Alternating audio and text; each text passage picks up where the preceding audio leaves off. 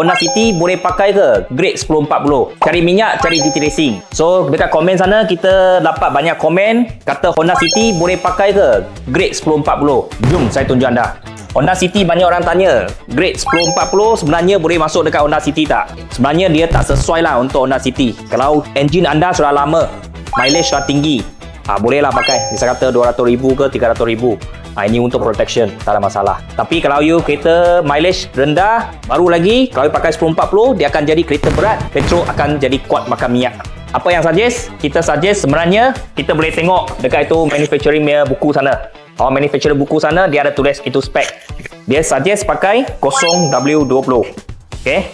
0W20. Okay? So minyak dia senang, dia pagi dia start, dia flow naik cepat. Lepas tu 20 likatan dia akan jimat lah petrol anda. Lagi satu kita suggest lagi, anda boleh pakai apa minyak lagi? Mari. Anda boleh pakai 5W30 fully synthetic. Ini grade pun boleh. So anda sudah dapat tahu Honda City pakai grade minyak yang apa yang sesuai tak? Jika anda sudah tahu, boleh komen di ruang komen. Thank you guys.